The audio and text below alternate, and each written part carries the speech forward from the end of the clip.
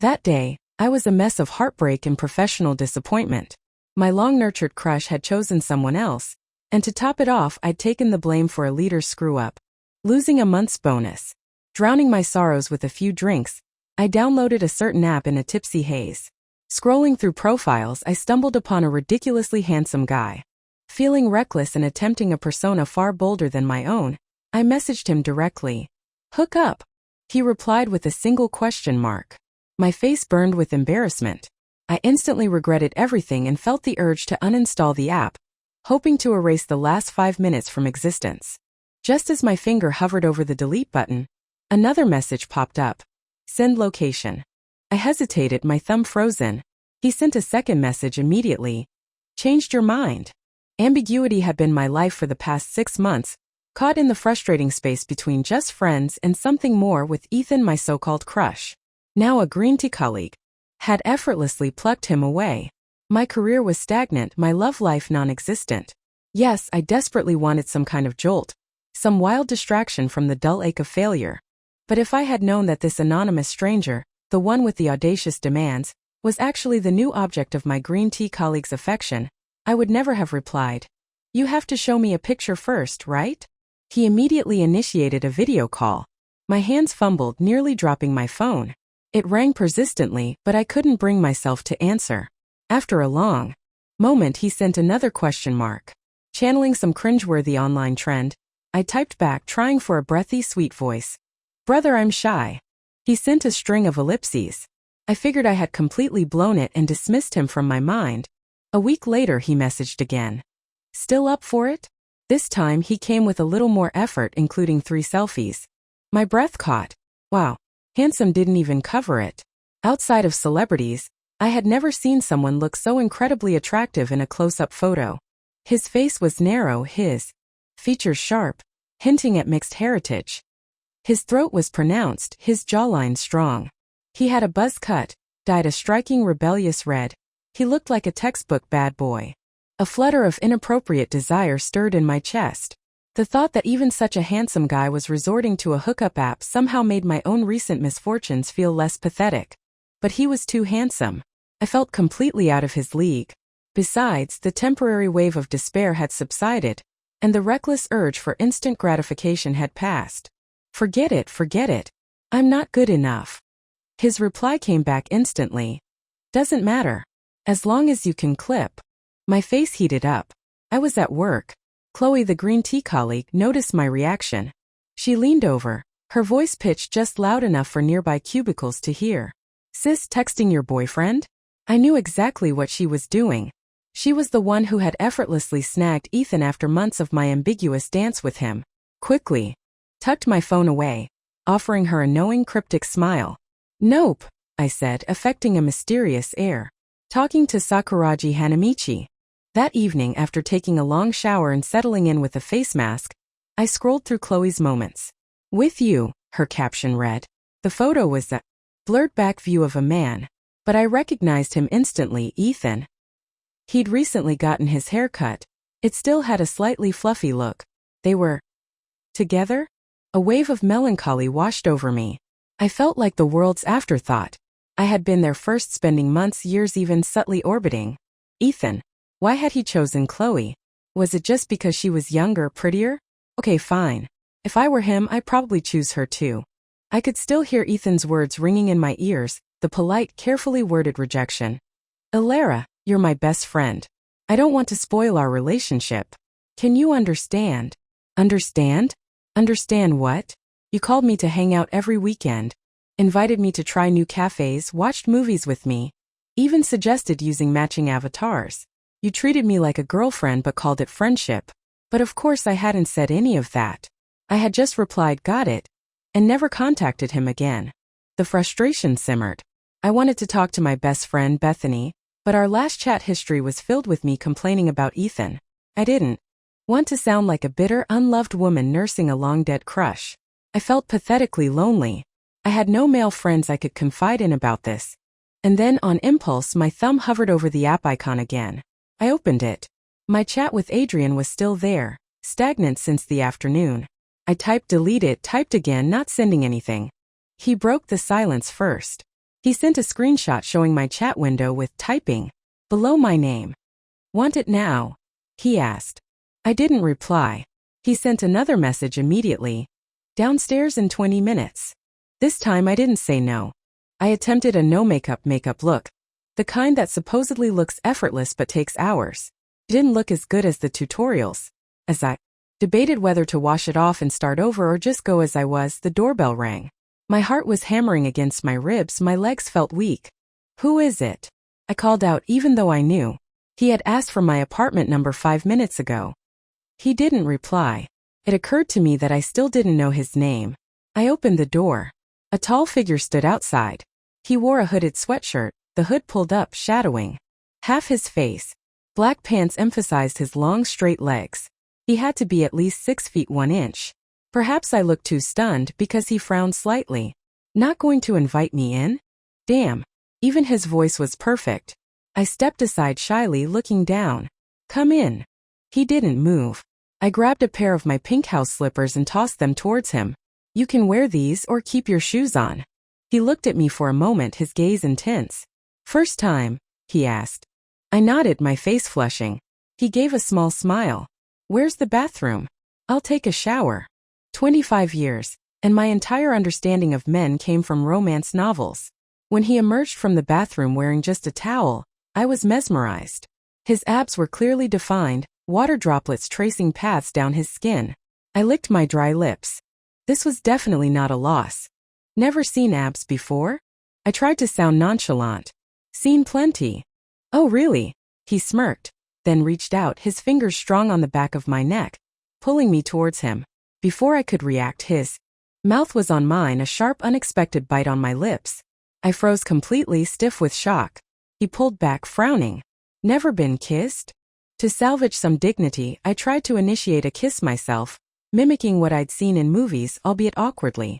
Though I had no idea what I was doing, I felt his breath quicken. His hands moved over my body. I felt a definite, unmistakable physical reaction from him. It was strange. Not exactly butterflies, but a sense of detached fascination. So romance novels were real. "Ow!" I cried out, tears actually welling up. My reaction startled him. "Shit," he muttered. "You're actually a virgin?" My tears and lack of coordinated response were confirmation enough. Maybe all bad boys fear commitment, but whatever the reason, we stopped there. He declared that whoever started the fire had to put it out.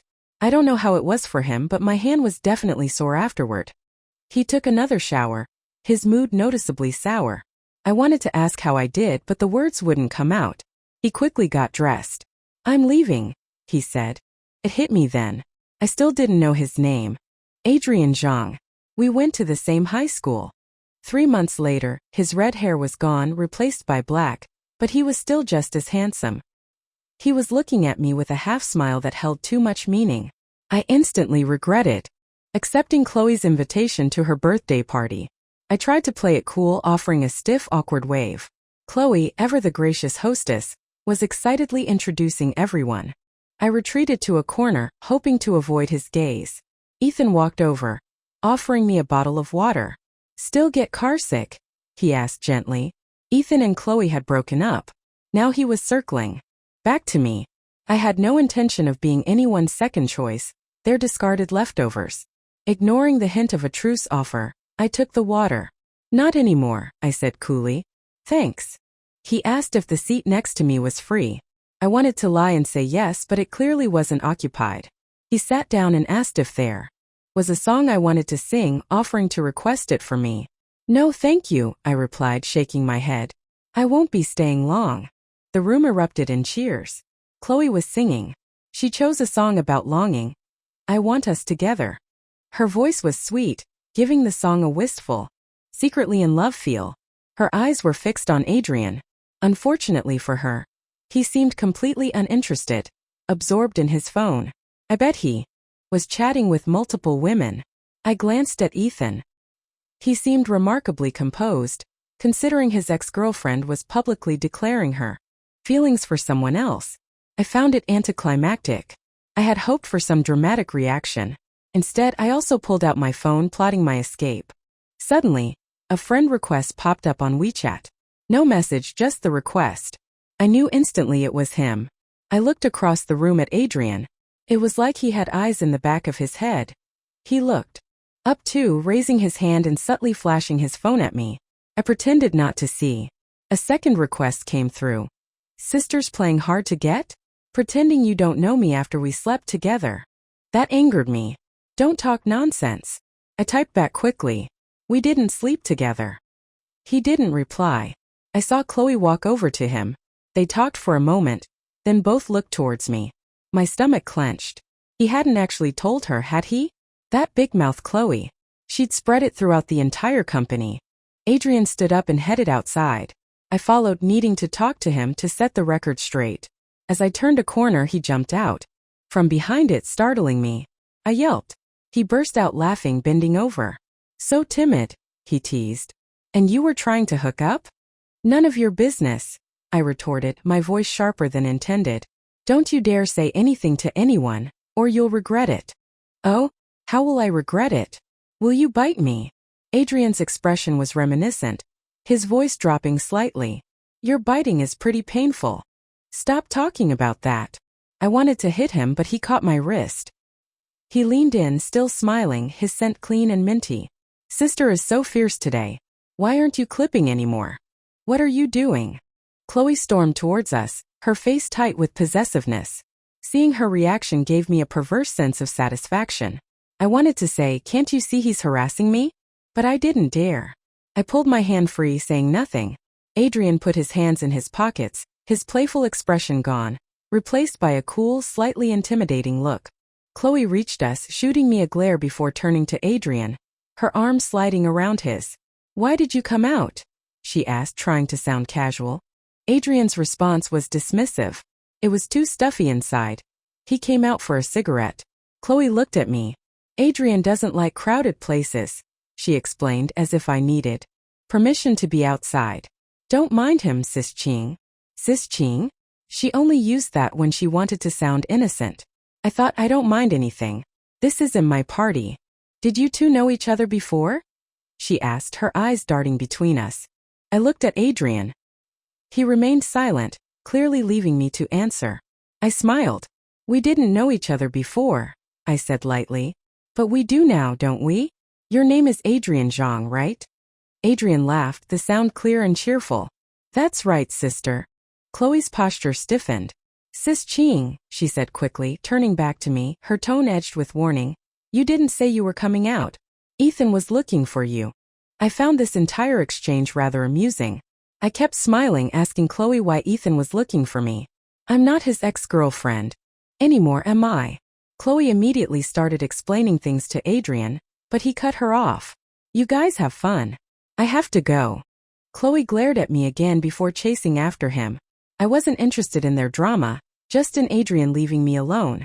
I went back inside the karaoke room to get my things. Ethan insisted on driving me home. No need, I said.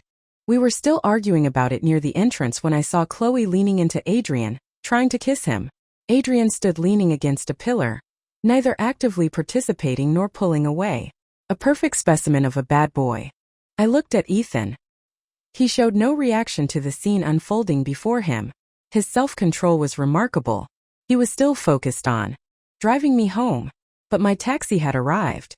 I waved goodbye to him, opened the car door and got in, a wave of relief washing over me. Sister, if you don't reply, I might have to tell everyone about us. I had just gotten home when I received a new friend request from Adrian. I had suspected he was trouble, but I didn't expect him to resort to threats. What was even more pathetic was that his threat actually worked on me. I accepted his request. Taking the offensive, I messaged him. Finished nibbling? Are you jealous? He replied instantly. Arrogant much? I didn't reply. He sent another message, sweet and annoyingly affectionate. Don't worry, sister. She's not as sweet as you. Exasperated, I asked him what he wanted.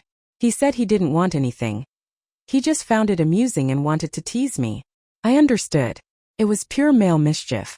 I decided to play along for now, figuring he'd get bored eventually and leave me alone. But I underestimated Adrian. He didn't get bored. He escalated. He showed up at my company building. The receptionist called, looking bewildered. Someone is here to see you. Couldn't believe it was Adrian. Many colleagues had been at Chloe's party. The receptionist knew he was Chloe's current infatuation. Great, I thought. Now I'm the center of attention again. I went down to the lobby. What are you doing here? I asked, trying to keep my voice low. He said he just happened to be passing by and wanted to see me. He asked when I got off work, wanting to take me to dinner. I'm busy, I said quickly. I have plans. He frowned. With who? That creepy old guy who was bothering you. He's not old, I retorted. And he wasn't bothering me. I gave him a pointed look. Adrian's long arm shot out, pulling me into his embrace. Ilara Lynn, he said, enunciating each syllable of my full name slowly. Don't test my patience. Hearing my name, spoken like that, sent shivers down my spine. What do you want? I asked, my voice trembling slightly. He smiled, his voice dropping to a low whisper in my ear. You. Startled, I tried to push him away, but I underestimated the strength of a young man. He just held me tighter, burying his face in my neck, inhaling deeply like my old golden retriever used to do. Sister, he murmured, his voice soft. I'll wait for you to get off work. Back at my desk, the atmosphere was thick with awkwardness. Chloe was glaring at me, her face a mask of injured innocence. The other colleagues' eyes were subtly probing. I knew Chloe had put on a performance, portraying herself as the victim, which was her forte. But I could play the victim too. I leaned towards Chloe's desk, lowering my voice just enough for everyone to hear. Chloe, I said, a picture of sweet concern. I'm so jealous of you. Your boyfriend. So thoughtful. He wants to take you out for dinner tonight and even asked me what your favorite food is. He told me not to tell you. It must be a surprise. Chloe looked at me, suspicion in her eyes. Adrian came to ask you what I like to eat. Yup, I said, batting my eyelashes innocently. What else? You didn't think something else was going on, did you? She didn't reply. I smiled sweetly. Don't worry. I have boundaries. Not everyone likes to step on other people's feelings. Chloe's face paled. Nearby colleagues snickered. Everyone knew about Ethan and me and recognized my veiled jab at her. She wasn't backing down. It's not always intentional, she said, her voice strained. Sometimes people are just pursued relentlessly and it's hard to say no. Good point, I agreed easily. Then you better keep a close eye on your young man. I trust Adrian's judgment, she replied, tightening her jaw. That's none of your concern, Sis Ching. Oh dear. I slapped my forehead playfully. Chloe, I said, I just told him you love Luju. Hope that's okay. Everyone in the office knew Chloe had gotten violently sick after trying Luju once. She couldn't stand the smell. Her face turned green. Thank you, Sis Ching, she ground out through clenched teeth. Anytime, I chirped. Afraid Adrian might actually tell Chloe something, I texted him, asking him to take Chloe to eat Luju tonight. He sent a question. Mark, what's wrong? He asked. I didn't explain, just asked if he would do me a favor. After a moment he replied, any benefits? What kind of benefit do you want? Wait for me at your place tonight. I immediately refused. Don't worry, he texted back. I won't touch you. Just want to come over for a late-night snack. So he hated Luju too. Okay, I typed. See you tonight. After work, Chloe was radiant, basking in the envious and congratulatory looks from colleagues. She went to the reception area to meet Adrian. Around 7 p.m., she posted on Moments. With you. The picture again was Adrian's back. Same old trick. Ethan, perhaps spurred by Chloe's post, texted me. Free this weekend? Want to get beef hot pot? We used to frequent a particular beef hot pot place. I love their sauté sauce. I thought it was our place, but he'd later taken Chloe there and posted photos of them being overly affectionate. No, catching up on sleep this weekend, I replied. Ilara, he texted. Are you still mad at me? I sent back a question mark. I had been talking to Adrian too much, the question mark had become a habit. Ethan explained that he and Chloe were over. He only wanted to be with me now, and hoped I'd give him a chance. I laughed. Ethan, you're my best friend. I don't want to spoil our relationship. Can you understand? He didn't reply. Around 9 p.m., Adrian texted saying he was coming over. Just meet me downstairs, I replied. I hadn't even bothered to put on makeup. When he saw me, he looked at me for a moment, a searching look in his eyes. I felt self-conscious touching my face. Is there something on my face? He cupped my chin, studying me for a moment. You're much more pleasing to the eye without makeup. Thanks, I thought. I'll take that as a compliment on my natural beauty. I asked him what he wanted to eat. Whatever you want, he said. I picked a conveyor belt hot pot place nearby. It was getting colder and something hot felt right. But he barely ate, mostly just propping his chin on his hand, watching me. Aren't you eating? I asked. You said you wanted a late-night snack. He shook his head. Suddenly, he pulled me into his lap, leaning down to kiss me. I still had a piece of sweet potato cake I hadn't eaten. He bit it out of my mouth. He chewed it slowly, a smile playing on his lips. Not enough, he murmured. My chopsticks clattered onto the table, a fishball splashing into the hot soup, sending hot liquid onto my hand. Cried out. Adrian frowned, grabbing a napkin to dab at my hand, but it made it worse. He asked the owner if there was somewhere to wash hands. The owner said no. He grabbed 2 bottles of ice water from the cooler, dragged me outside, and poured the cold water over my hand. Does it still hurt? He asked, his voice gentle. I shook my head, pouting slightly. It's cold. Oh. For the rest of the meal, Adrian didn't tease me anymore. After we finished, I prepared to go home. To my surprise, he didn't follow me. He just walked me to the entrance of my building and left. It was so unlike him, but also better this way. I went home and scrolled on my phone for a while. Then a knock at the door. A feeling of dread washed over me. Who is it? I asked, peering through the peephole. It was Adrian. What are you doing back? I asked through the door. He held up his right hand. Brought you burn cream. It wasn't necessary, the pain was gone. But the gesture, it touched me. I opened the door. Not going to invite me in? He asked, the same line as our first meeting. This time my feelings were completely different. I stepped aside. He walked in comfortably, sat on the sofa, and motioned for me to come over. Come here. It was hard to tell who actually lived here. I walked over reluctantly. He took my hand and gently applied the ointment. From my angle, all I could see was the tip of his nose and his slightly rough, buzzed hair. On impulse, I reached out and touched his head. It's prickly, I said softly. Adrian looked up at me, his smile mischievous. Sister, didn't anyone tell you? You shouldn't touch a man's head casually. What? Before I could process that, he pulled me into his arms. Are you full? He asked. I didn't reply. He lightly touched my lips. Then I'll start enjoying myself. Nothing happened that night. Strange, right? But Adrian held back. He didn't even let me put out the fire with my hand. But he absolutely refused to leave, insisting on sleeping in my bed, holding me. I got annoyed and tried to kick him out, but he threatened me again. By then I was a little fed up. Go ahead and tell everyone. I snapped. No pictures, no proof. Who's going to believe you? Who says I don't have pictures? Adrian was utterly shameless. He pulled out his phone and took a picture of me right then and there. Now I do. I lunged for his phone, but he was too tall. We ended up wrestling on the sofa. Adrian stretched out, much more relaxed than I was. He was still smiling. Sister, so eager to attack? I hit him lightly, frustrated, and tried to ignore him. He wrapped an arm around my waist and pulled me back in for a kiss.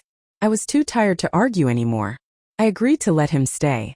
He was surprisingly well-behaved, holding me still all night, no snoring, no restless movements. Even so, I was anxious and only fell asleep close to morning. When my alarm went off, I wanted to smash my phone. I'm not a morning person. Adrian seemed to sense this. He put his phone in my hand, guided my hand, and we threw his phone across the room. Are you crazy? I exclaimed. If it's broken, I'm not paying. He blinked at me innocently. I just wanted to make you feel better. I've always been a sucker for tenderness. His soft response disarmed me. I mumbled, I have to go to work. You should leave too. He played the exhausted card, saying he couldn't open his eyes and wanted to sleep more. Ignored him, telling him to close the door on his way out. As soon as I got to work, someone called me downstairs to pick up a delivery. It was Adrian. He'd bought breakfast, calling it last night's accommodation fee. I took the food upstairs. I overheard some colleagues asking Chloe about her date the night before. She answered coyly, saying they just had dinner and a movie, and Adrian took her home. Someone asked if they spent the night together. Chloe covered her face, giggling. Oh, don't ask. I'm too embarrassed. Right, I thought. If I hadn't been with Adrian last night, I might have believed her act. I finished my bun, letting out a satisfied burp. A colleague asked if something was going on with me. Someone was sending me breakfast. I smiled and said no, I'd ordered it myself. Chloe, holding her phone, said, Adrian says he's going to order milk tea for me. Does anyone want some? I'll ask him to order for everyone. Though everyone said, oh, you shouldn't have. They quickly listed their orders. I pulled out my phone asking Adrian if he was gone yet. No reply for a long time. I called him, no answer. He must be asleep again, I thought. I looked at Chloe, performing her happy relationship act, and smiled knowingly.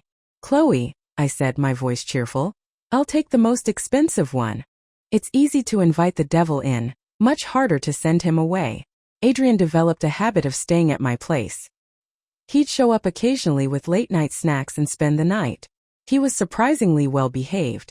First, I was uneasy, but I eventually got used to it, treating him like a human hot water bottle. But the longer it went on, the more conflicted I felt. I hated the ambiguity. Yet, I wasn't sure I wanted to be his girlfriend either.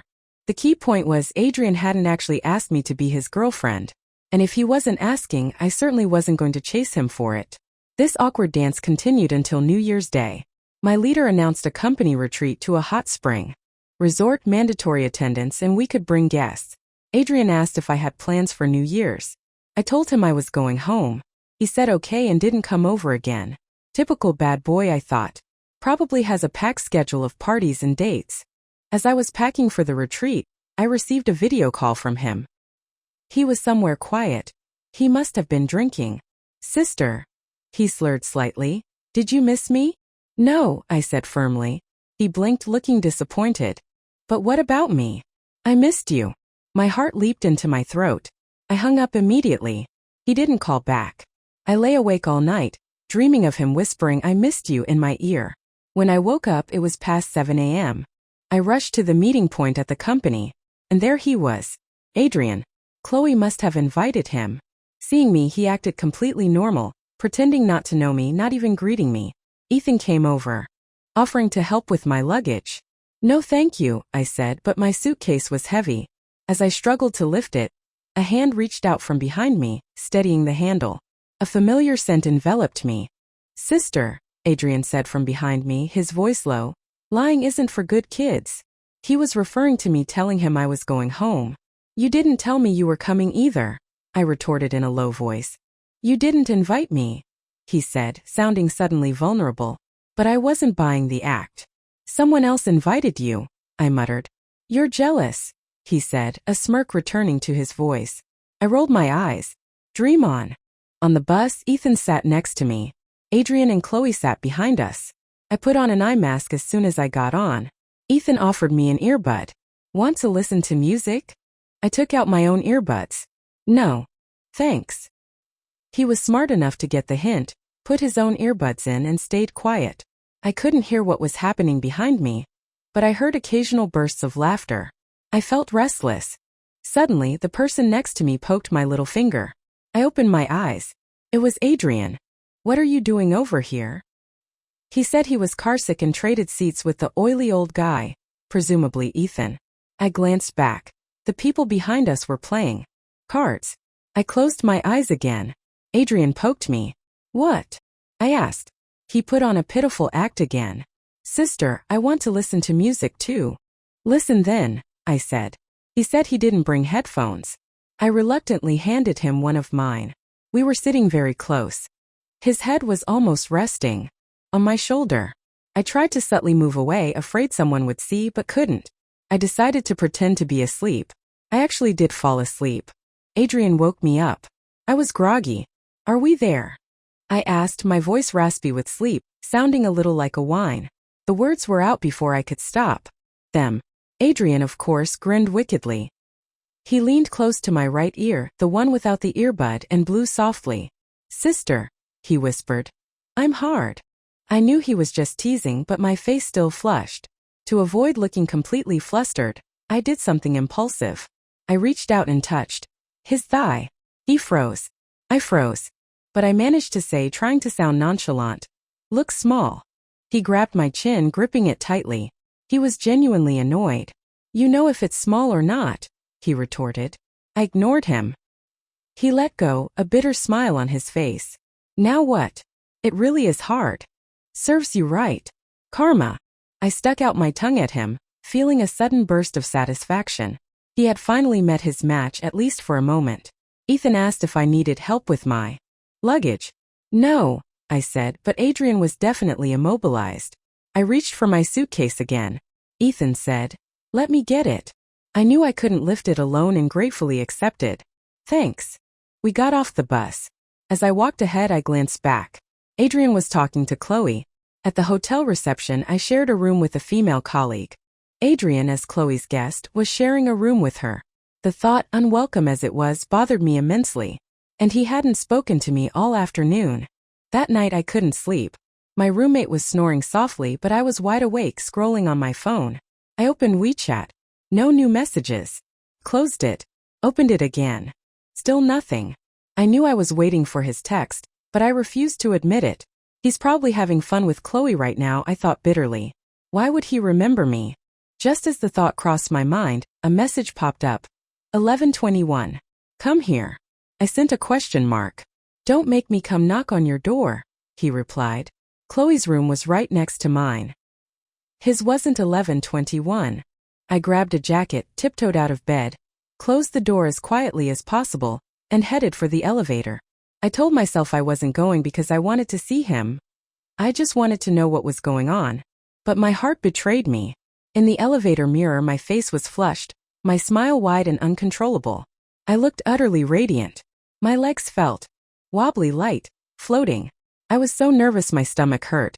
When I reached his door, I didn't even have to knock. It opened from the inside.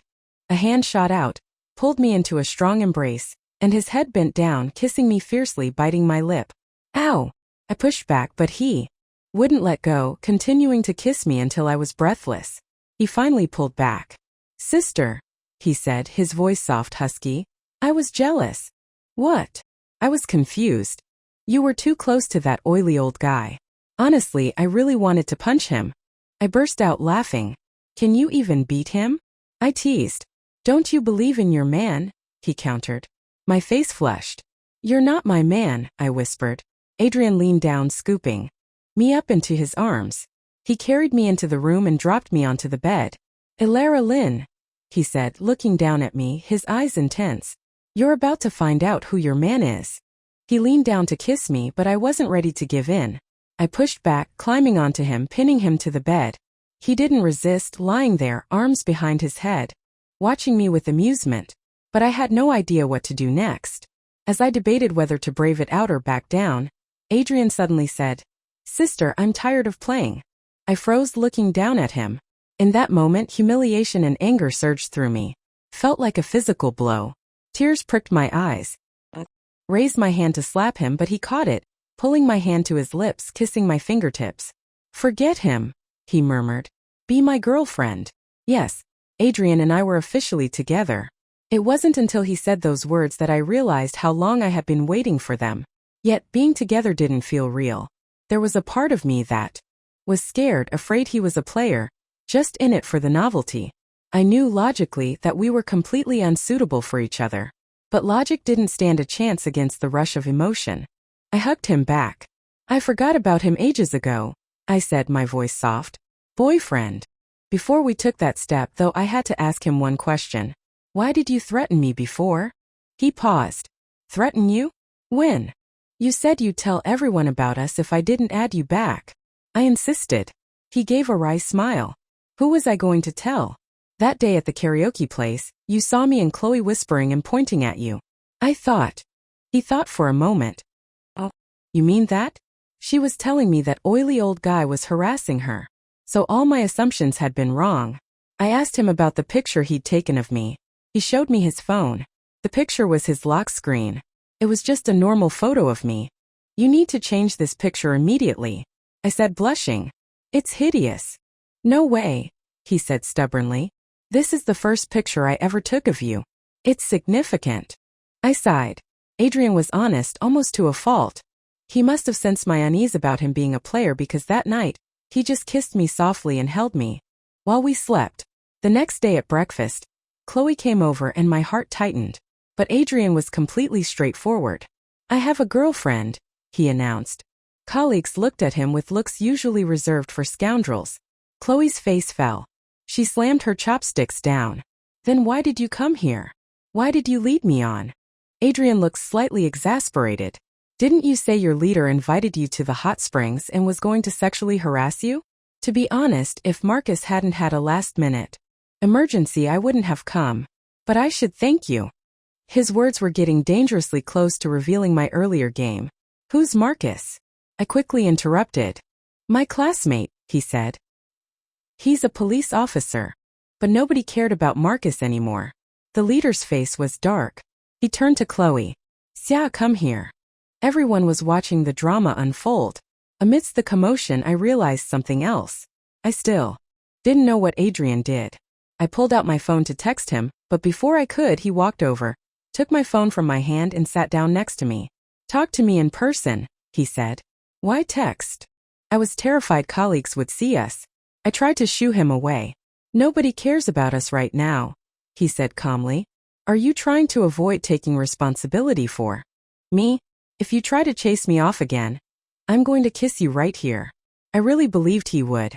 I didn't dare make him leave. Nobody was paying attention anyway. "I never asked you. What do you do?"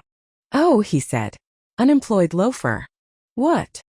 He laughed, tapping my nose lightly. "You're so easy to fool, sister. I'm a student at a university. Here's my student ID." He handed it to me. "Who carries their student ID around?" I asked, surprised. He said he brought it because he thought Chloe's situation with her leader might escalate to needing police intervention, so he brought it just in case. He hadn't expected her to be lying. His photo on the ID was handsome, still that same wild, carefree look, as if he was the most capable person in the world. I checked the major, sociology. First-year grad student. I wouldn't have guessed. He was a high achiever. "My husband is too handsome," he said, smiling. Stunned, I quickly handed the student ID back. He took it, still smiling. "Sister," he said, his eyes sparkling. "Your face is red. You're so cute." Chloe was fired. Ethan stopped pursuing me. His last message to me was, "Wish you happiness." I asked him how he knew. He said, "The way you look at him. It's even more intense than how you used to look at me." I thought it was incredibly cheesy but just replied, "Thank you." I didn't announce our relationship publicly at first. I was worried about colleagues gossiping. Later, it just didn't seem necessary. Adrian, however, was eager from day one, wanting to post about it on Moments. "Aren't you afraid of emptying your fishing pond?" I teased. He said his fishing pond was empty long ago. He was virtuous now and only wanted to take care of me. I did post on Moments, but I blocked my colleagues. I thought that was the end of it. Until one day, Adrian came to pick me up after work. I told him to wait for me at the subway station. When I saw him, it was obvious he was upset. I went up and linked my arm through his. "What's wrong?" I asked.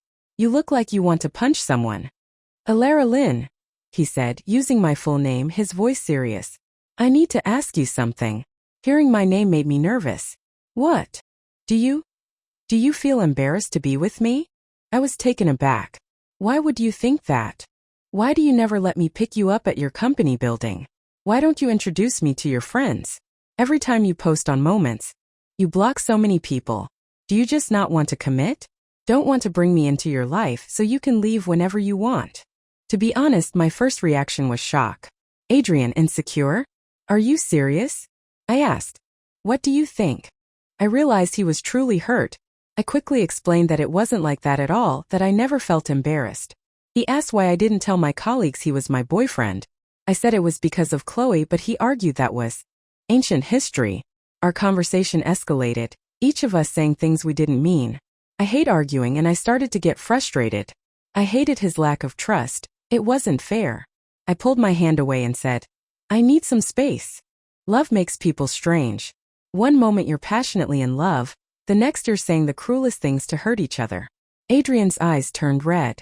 Without a word, he left me standing there at the subway station. I thought we would stay in a Cold War. But that night Adrian called. I didn't answer the first time. He called again. I couldn't bring myself to hang up this time, but my voice was sharp. What do you want? Sister, I'm downstairs at your place. Can you come down? I went downstairs and saw Adrian standing by the building entrance, head down, kicking pebbles. He looked utterly dejected, like a sad puppy.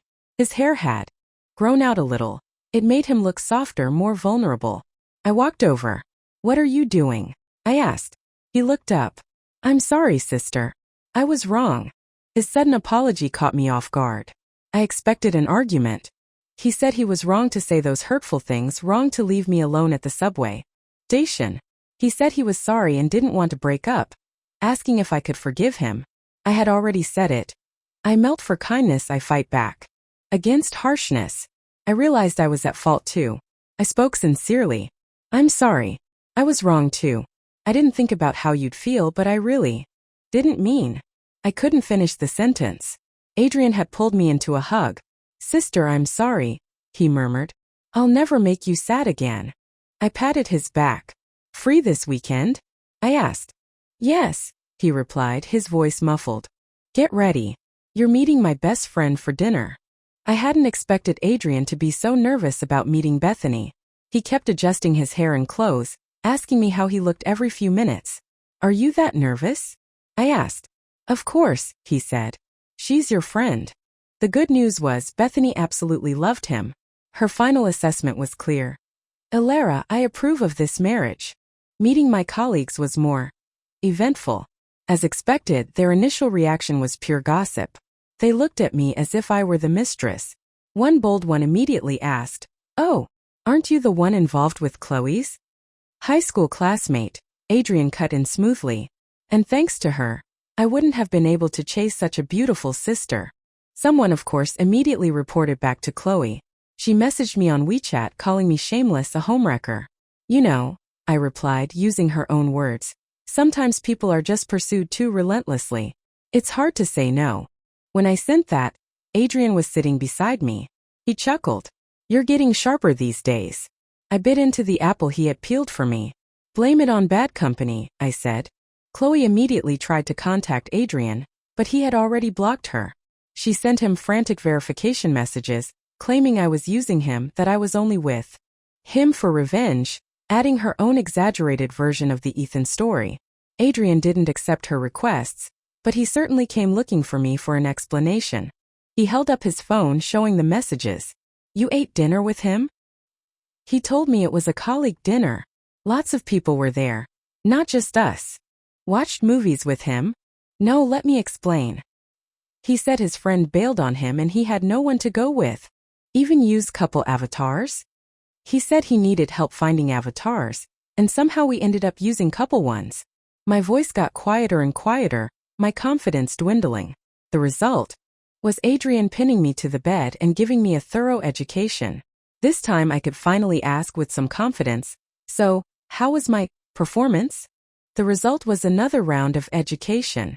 Finally, lying on the bed exhausted, I declared, Adrian, you're not allowed to touch me for 2 weeks.